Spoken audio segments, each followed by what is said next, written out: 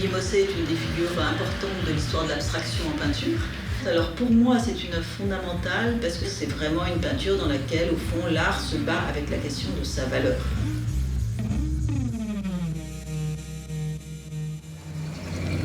Alors, je suis arrivé ici à Tucson en 96. Bon, j'étais à New York avant. Et je suis venu un peu ici à cause d'Elisabeth, que j'ai épousée d'ailleurs. Mais il y avait aussi l'idée de prendre des distances un peu avec New York, la Seine, le marché, tout ça. Enfin, c'était ça l'idée. New York, c'est pas l'Amérique, c'est New York. Ici, on est plutôt dans l'Amérique. Bon, il y a un peu le mythe de l'Arizona, western, tout ça. Il y a un rapport à l'espace qui est différent. Il y a un espace ici qui est quand même c'est formidable. Je veux dire, on a un rapport à la fois à la nature, au paysage qu'on voit, c'est certain. Et j'aime ces longues distances, cet espace ouvert, le grand ciel. Mais ici, je suis seul un peu comme ça, ce qui est pratique.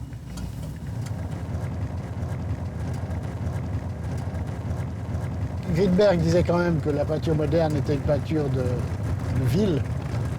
Oui, mais il y a quand même des gens qui sont partis dans le désert avant moi. Hein. Moi, j'ai toujours dit que c'était à cause de la peinture que je suis venu ici, plus que le contraire. Mais je crois pas. Je crois qu'il y a une espèce de dialectique ou de logique dans la peinture qui est indépendante de l'endroit où je suis. En France, il y a une histoire qui pèse. Il y a une histoire de la peinture qui est celle du XXe siècle qui pèse. Aux États-Unis aussi, quelque part, il y a une histoire qui est plus récente, je sais pas, plus moderne. Ici, non, il y a des cow-boys et des je sais pas, des Mexicains, quoi. C'est ça l'histoire. Au fond, pour moi, Olivier, il reprend un geste fondamentalement romantique, hein, de mise en question de la position de l'auteur. C'est un artiste qui n'a pas cessé, au fond, de tenter d'anonymiser son art, c'est-à-dire de disparaître derrière son propre geste. Mes parents ne s'intéressaient pas beaucoup à l'art, mais pas du tout d'ailleurs. Mais je sais que ma mère m'avait emmené voir le Mystère Picasso, le film de Clouseau quand même, quand je devais avoir, je ne sais pas, 13 ou 14 ans. Et j'ai vu une exposition à Berne où il y avait Rauschenberg, Jones. Ça a eu un impact. J'ai commencé à faire des trucs moi-même, des genres de collages, genre Rauschenberg. Et j'ai dû partir, je fuguais, donc je n'ai pas dit à mes parents. J'ai dû écrire une lettre en disant que je partais. Oui, non, bon, tout allait bien, tout le monde s'entendait bien. Non, c'est quand j'étais un peu plus âgé que ça s'est... Je suis parti de la maison, quoi. Une partie de la Suisse, 17, 18 ans. Et puis je suis arrivé donc à la gare de Lyon, j'ai regardé le bottin, j'ai vu l'adresse de Jean Tinguely. Tinguely, d'abord, on parlait pas mal. Et lui, effectivement, m'a fait lire Bakounine ou Kropotkin, Stirner aussi, des choses comme ça. Et en fait, on parlait beaucoup en allant chercher cette ferraille. Il y avait une espèce de compétition stupide, bizarre d'ailleurs, parce que lui était Tinguely, moi j'étais rien du tout. Mais par exemple, si un collectionneur venait, il me disait « Tiens, on doit aller acheter des vis, prends la voiture, on va acheter des vis ». Ou si Wilton venait, il me disait « Non, aujourd'hui, je suis occupé », je sais pas quoi. Il y a un truc bizarre comme ça. Alors que Speury, lui, par contre, m'a présenté des gens. Je pense Villeglé, qui est la première personne qui m'a fait exposer d'ailleurs à Paris, au Salon Comparaison. D'ailleurs, j'ai exposé une toile avec deux A, AA. Et à un moment où je faisais déjà des toiles, j'avais déjà fait des toiles avec des cercles, à mon avis. Oui, quand je suis retourné en Suisse, il y avait une exposition nationale suisse, en 64. Et je me souviens qu'il y avait une exposition en même temps de l'art dans les collections suisses. Et j'étais voir cette exposition, et je me souviens qu'il y avait un Mondrian dans cette exposition, un peu dans un coin. Parce que je connaissais Mondrian, mais en reproduction. Je n'avais jamais vu en vrai. Ce qui m'avait frappé dans ce premier Mondrian, c'est de ce que c'est peint, quelque part. Et quand on le voit en reproduction, c'est des lignes droites et nettes, mais quand on le voit en vrai, non, il y a une espèce de qualité de surface, comme ça. Et d'ailleurs, le Malevich, c'est pareil, c'est de la peinture, quoi. Et je crois qu'il y a un peu cette idée de faire une peinture qui se définisse comme peinture, comme ça, qui reste. Et ça devait me paraître possible. Je ne sais plus si c'est possible aujourd'hui, mais à l'époque, ça me paraissait... ouais, possible et nécessaire. Et moi, j'étais ami avec un critique qui s'appelait Otto Hahn, Et Buren, comme il avait son exposition chez Fournier, est passé le voir et a vu cette toile. Et a dit, mais qu'est-ce que c'est ce truc? Et puis Otto lui dit, mais c'est un jeune artiste, je sais pas quoi. Et il dit, mais qu'est-ce qu'il fait à part ça? Il dit, il répète la même chose. Et Daniel, ça a dû quand même l'intéresser, puisqu'après, lui a demandé à me rencontrer. Et je l'ai donc vu chez Otto la première fois, et puis on a parlé un peu. Après, il m'a dit qu'il avait un autre ami qui était parmentier. Et enfin, après on s'est vu, et ça, c'était donc en 66. Et là, après, il y a eu cette volonté de vouloir faire quelque chose. Et l'occasion, c'était le salon de la jeune peinture, où eux, Parmentier et Buren étaient invités. Nous, on n'était pas invités, mais enfin, ils ont insisté pour qu'on soit aussi, qu'on soit là. Et c'est là qu'on a fait ce qu'on a décidé de peindre nos toiles sur place et de les enlever après, de ne pas participer au salon, qui a eu un petit événement qui, localement, comme ça, a eu un certain impact. Et il y avait ce côté signature, c'est-à-dire que les bandes étaient Buren, les empreintes de pinceau étaient Toroni, les bandes larges, horizontales, c'était Parmentier, le cercle, c'était moi, alors que les œuvres n'étaient pas signées en général. Mais Buren dit que le groupe n'a jamais existé. Depuis toujours, il dit mais non, c'est pas un groupe. Et il a pas tout à fait tort, parce que quand il dit le groupe BMPT a jamais existé, il a raison, parce que c'est la presse qui a inventé cette histoire. Le départ à New York, ça c'est donc 72. Et c'est le moment où il va créer avec Marcia Afif la fameuse Radical Painting, qui est un mouvement de retour, on va dire, non pas aux origines de la peinture, mais à la radicalité du geste pictural. Voilà. Donc Olivier a essayé de trouver une scène, on va dire, plus hospitalière, je crois, pour son art aux États-Unis. C'est ça aussi qui est intéressant, c'est qu'il est parti aux États-Unis pour, je crois, pour retrouver une sorte de fraîcheur de l'action artistique. Et voilà, il y a un terrain de lutte là où il n'y avait plus rien en Europe. Mais au fond, à Paris, on se demandait ce qui se passait à New York. À New York, on ne se demandait pas ce qui se passait à Paris. Dans le press release de l'exposition chez Janis, qui s'appelait New Abstraction, il y avait une phrase qui disait c'est une abstraction plus radicale qu'effectivement, parce qu'il n'y a pas de construction, il n'y a pas de... Et quand on discutait ensemble comment nommer cette exposition de Williamsburg, c'est là que c'est moi qui ai dû amener ce texte comme ça. Leur lecture à eux, c'était de dire... le radical, c'est aussi l'idée de racine. D'ailleurs, chez Marx, il dit ça, il dit il faut prendre les choses à la racine, et c'est ça qui devient radical, quelque part. Et oui, d'accord, mais moi, le côté radical dans un sens un peu plus politique me déplaisait pas. Et même tous ces artistes auxquels j'étais proche dans cette histoire de radical paintings, en fait, pour eux, le geste de la peinture est quelque chose qui était plus important que pour moi. Donc il y avait quand même et eux, il y avait une volonté de déconstruire, mais de le déconstruire à leur manière, comme ça. Alors que moi, il y avait peut-être une volonté c'est de là que j'ai pris ça, cette histoire de déconstruction. Mais c'était plutôt de faire un objet fini. Parce qu'il y avait cet intérêt pour la peinture abstraite, quelque part, donc même géométrique abstraite. Je n'avais pas envie il ne s'agissait pas de montrer le geste de l'artiste, il s'agissait de montrer une toile qui est un objet construit d'une certaine manière.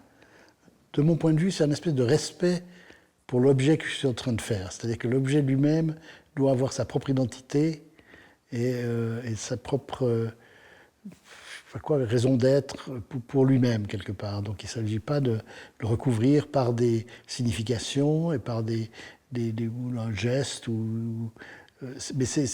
et quand on parlait aussi de la déconstruction ou du questionnement de la peinture, en fait, au départ, c'était quand même aussi un questionnement de ce qui faisait la valeur en peinture.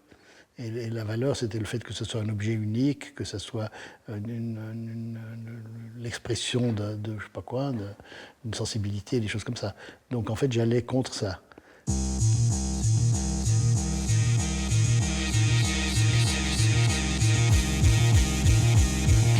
Les toiles que je fais maintenant, en tout cas, il y a une espèce j'ai l'impression qu'il y a je dois les faire, quoi. En plus, j'ai le moyen de les faire, donc je vais les faire.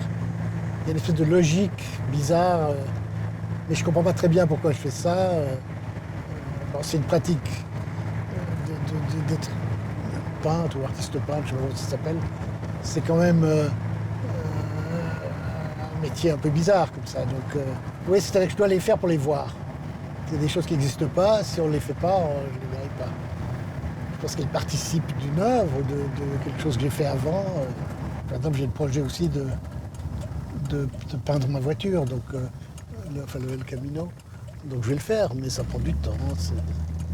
Il n'y a pas d'urgence, hein, j'ai le temps.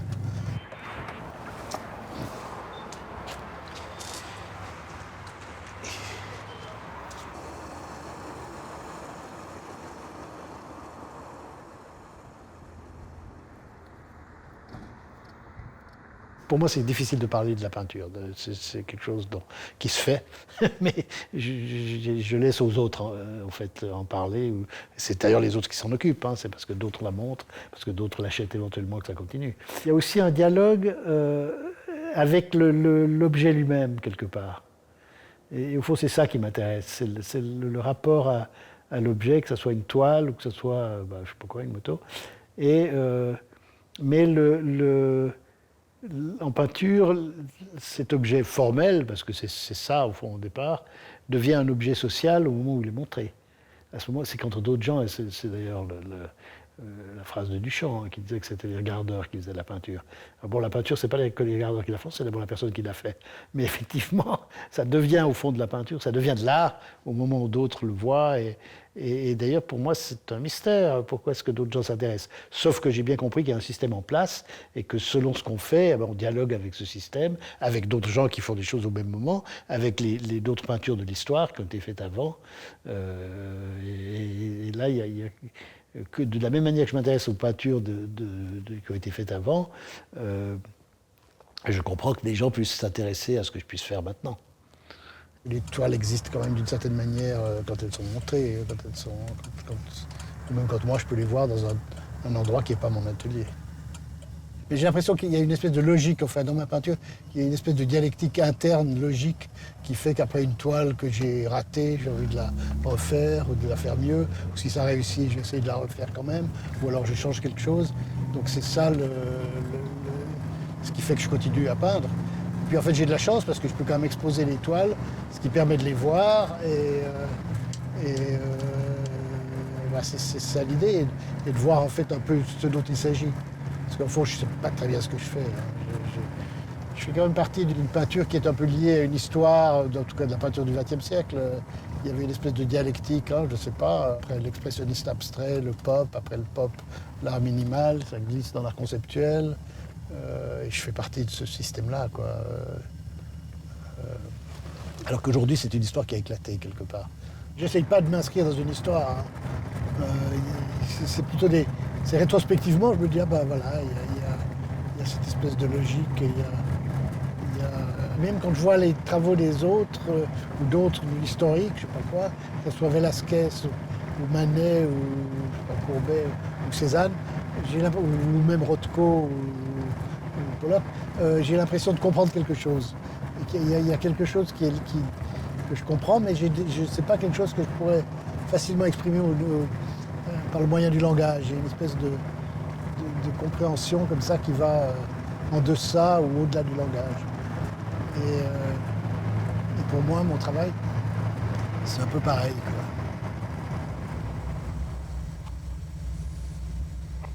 Entre Debord et la société du spectacle, manifestement, on est passé d'une société, d'une révolution industrielle à une société de consommation, à la société du spectacle. Et Debord, il y avait un côté ça, mais il y avait une critique de la société du spectacle en pensant à autre chose. Baudrillard a compris qu'il y avait une société du spectacle, du simulacre, je ne sais pas quoi, et que c'était en place, qu'il n'y avait que ça. En fait, il n'y a rien derrière, quelque part, et je suis assez d'accord avec ça.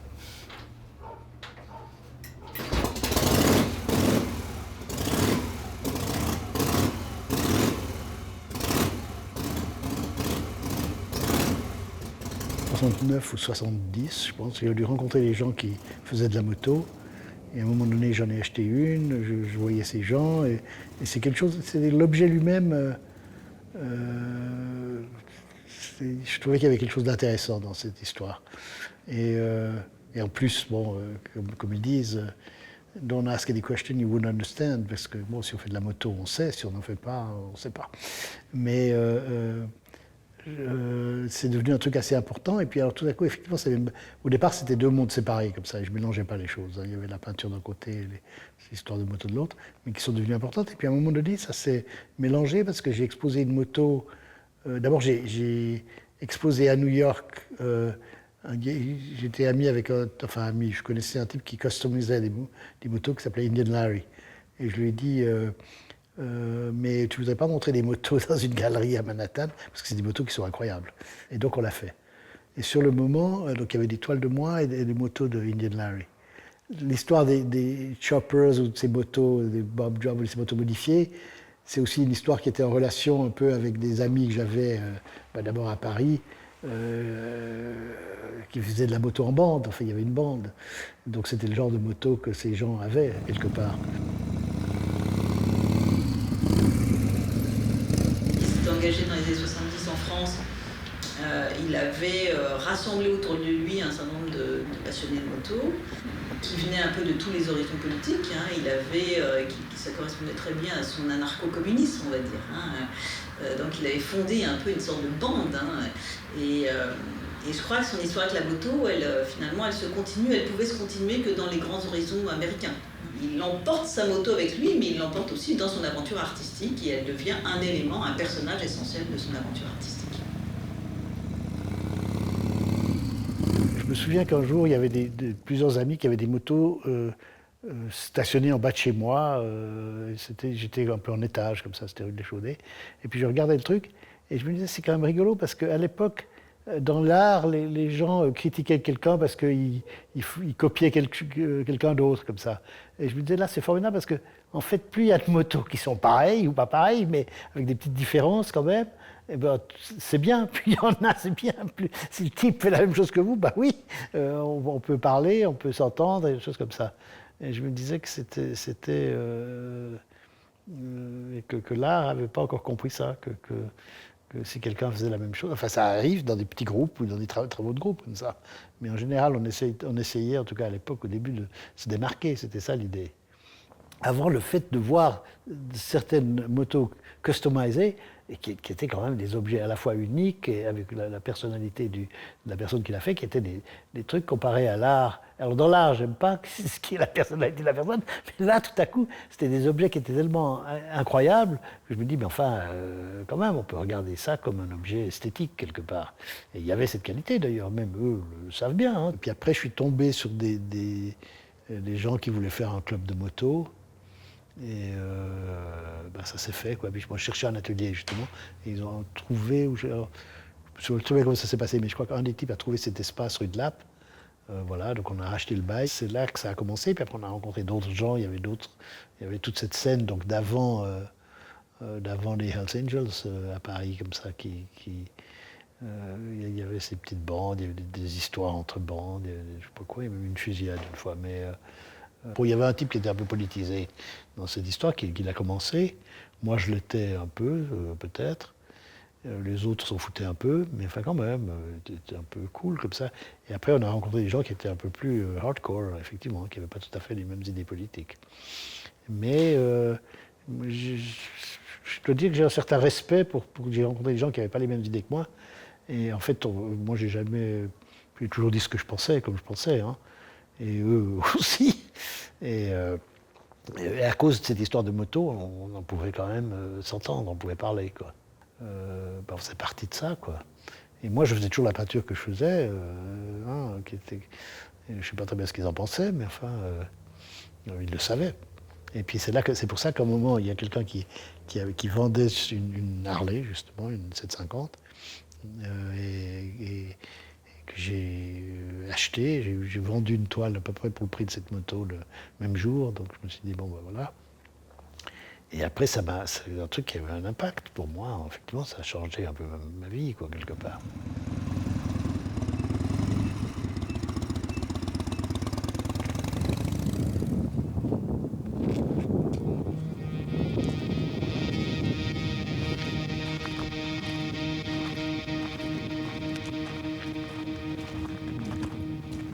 En ayant été là dans les 60s, comme ça, la musique, c'est quand même quelque chose qui qui est une affaire importante. Il y avait, je crois qu'il y a un discours culturel que le rock a porté, je veux dire. Moi, comme j'étais à Paris, que je connaissais des gens qui faisaient de la musique aussi, ou qui étaient des acteurs, comme Clémentique, Alphonse, Valérie Lagrange, tout ce groupe de gens. Je suis par exemple allé à l'île de White, où il y avait quand même les Doors, les Who, les Hendrix. Et là, on se rend compte, d'ailleurs, l'île de White, c'était pas Woodstock, mais on se rendait compte qu'il y avait quelque chose qui se passait, il y avait quelque chose qui changeait, quoi. Le monde changeait. Hein. Même si, au fond, 68 était un peu un échec, quelque part, puisque en tout cas pour ceux qui croyaient que le monde allait changer, là, on se rendait compte que culturellement, et je crois ça aussi, je crois que cette période des années 60, politiquement, ça a foiré, hein, ça n'a pas marché comme on pouvait l'imaginer, peut-être tant mieux, j'en sais rien, mais culturellement, il y a certainement quelque chose qui s'est passé, là, les choses ont changé. Et cette culture de rock musical fait partie de ça, quoi. Ça c'est sûr. Hein.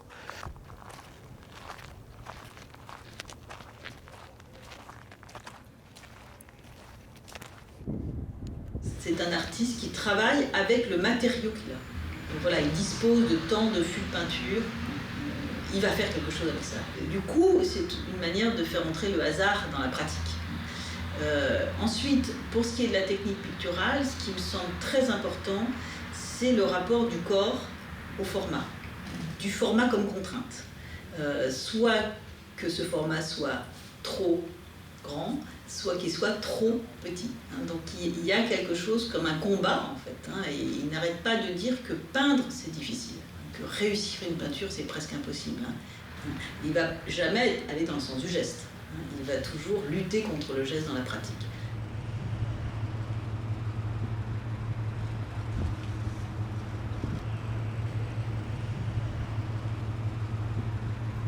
Je comprends rien. Je comprends rien à la vie, mais d'ailleurs, si on fait de la peinture, c'est pour essayer justement. Là, il y a quand même, il y a une, comment dire, une structure qui est au fond finie quelque part. Il y a des limites comme ça. Donc là, on arrive à peu près à comprendre. Enfin, on pense pouvoir comprendre ce qu'on fait, alors que quand ça devient la vie ou l'état des choses, ce que font les autres, là, c'est plus compliqué. On est dans une situation qui est quand même assez intéressante parce qu'il y a une ouverture qui, avant, à mon avis, existait moins quelque part. Il y avait un système comme ça qui est un peu éclaté avec le postmodernisme, avec ce qui a suivi le postmodernisme un peu. Mais alors il y a toujours des groupes, il y a toujours des scènes, il y a toujours une dialectique dans cette histoire.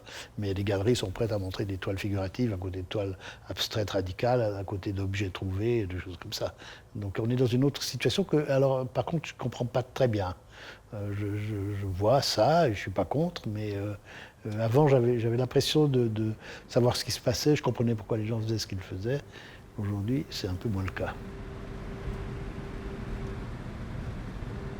Je ne suis pas nostalgique, mais je suis quand même coincé, effectivement, dans le XXe siècle, ça c'est sûr. Donc c'est pas de la nostalgie, à mon avis, mais mes voitures sont des années 60, mes motos aussi, voire 50. Voilà l'état des choses, quelque part. Donc, et j'ai de la peine à comprendre. Au fond, dans la deuxième partie du XXe siècle, parce que le XXe siècle, c'est quand même une histoire insensée, quelque part, que je n'ai pas vécue. Mais enfin, dans ce qu'on sait, il y a quand même un truc qui était quand même oui, insensé, impossible, comme ça, incroyable, quelque part.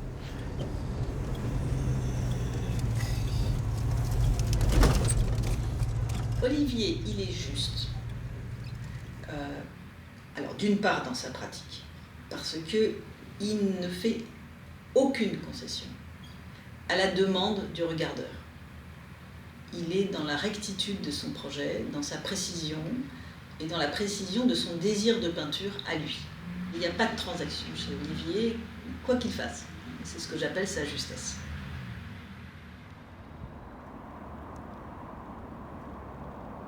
Enfin, je me suis dit, s'ils veulent me filmer en train de peindre, c'est pas quelque chose que j'aimerais faire.